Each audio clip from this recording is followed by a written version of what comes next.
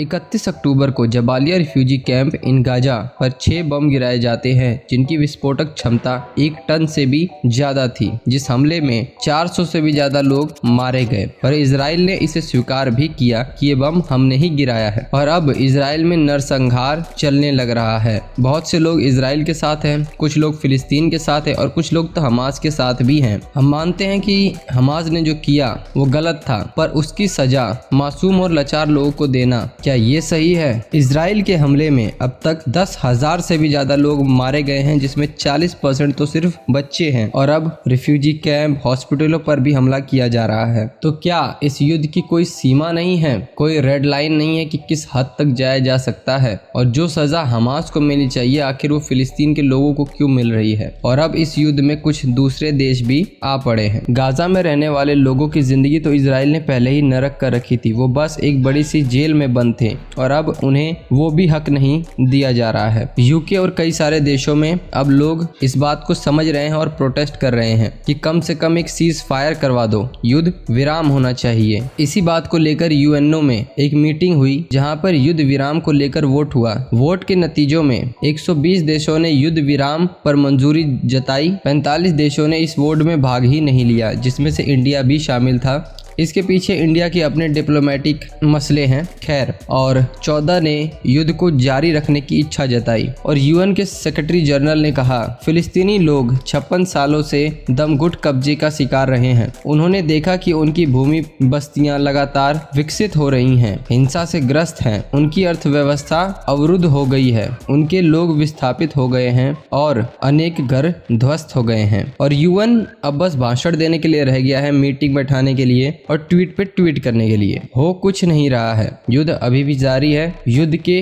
30वें दिन यानी 6 नवंबर तक का डाटा है, जहां पर यह साफ देखा जा सकता है कि अभी भी हर 10 मिनट में एक व्यक्ति की मौत हो रही है गाजा में इस युद्ध की वजह से। और अभी ये युद्ध खत्म होगा या नहीं ये तो नहीं बताया जा सकता, लेकिन इस युद्ध के बढ़ने की काफी गुंजाइश है, क्योंकि अब इस युद्ध में और भी देश आ पड़े हैं। इजराइल के साथ साथ अमेरिका, पूरा वेस्टर्न वर्ल्ड और लगभग ज्यादातर देश इजराइल के ही साथ में हैं।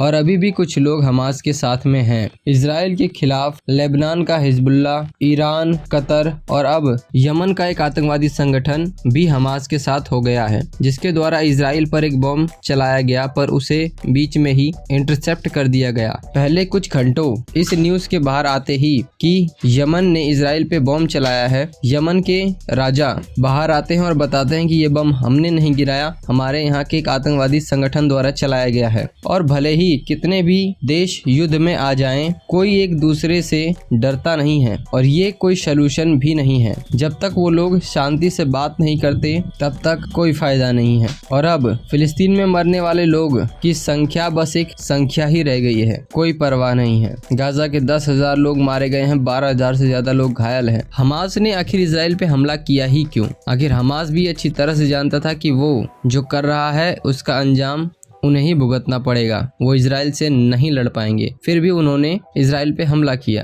क्यों? क्योंकि ऐसा कई बार देखा गया है कि जो हमास है वो खुद के ही लोगों को चारे की तरह इस्तेमाल करता है। युद्ध हो रहा है, लोग मरेंगे, जिसकी वजह से कई सारे देश जो गाजा की मदद करना चाहते हैं वो डोनेशन देंगे, एड देंगे, और वो एड का पैसा हमास के पास जाएगा और हमास उन पैसों से उन लोगों की मदद नहीं करेगा, बल्कि उससे मिलिट्री वेपन खरीदेगा। ऑफ गॉड, हमास के बेटे द्वारा लिखी गई बुक, जिसमें उन्होंने खुद बताया था कि हमास ऐसा करता है। और हमास ने लोगों को इस तरह से चारा बनाया है कि कई सारे हॉस्पिटल, रिफ्यूजी कैंप्स के नीचे या जहां ढेर सारे सिविलियन रहते हैं, उन्हीं के बीच में अपना अड्डा बनाया हुआ है और इजराइल उनको मारने की कोशिश कर रहा है, जिसकी वजह से वो लोग भी मारे जा रहे हैं। पर कुछ में तो खुद हमास के ही रॉकेट फेल होके उन्हीं पे गिर रहे हैं। जैसे हाल ही की एक घटना हुई थी जहाँ एक हॉस्पिटल पे हमास का ही बॉम्ब गिर गया था और अब तक 550 ऐसे बम रॉकेट फेल हुए हैं, जिनको मारा तो इजराइल पे गया था पर वो फेल होके गाजा पर ही गिर गए। तो जरा सोच के देखिए कि उन 550 बमों से कितने लोग मरे होंगे, जो कि खुद हमास ने ही चलाए हैं। और इजराइल पूरी तरह से कह चुका है कि जो भी देश हमसे युद्ध विराम की बात करेगा वो हमारा दुश्मन होगा।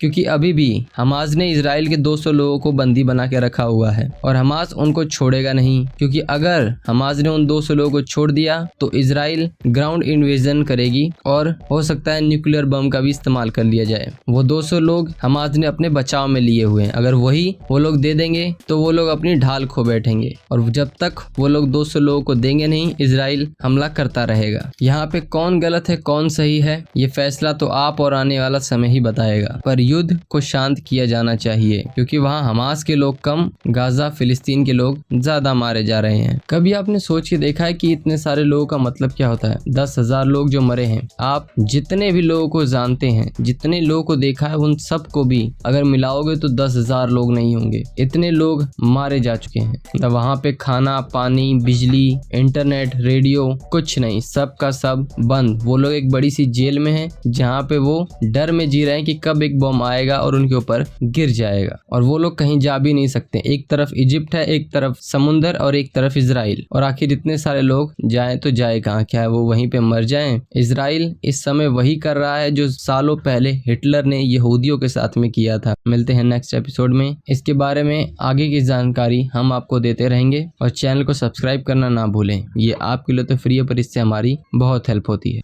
बहुत बहुत धन्यवाद।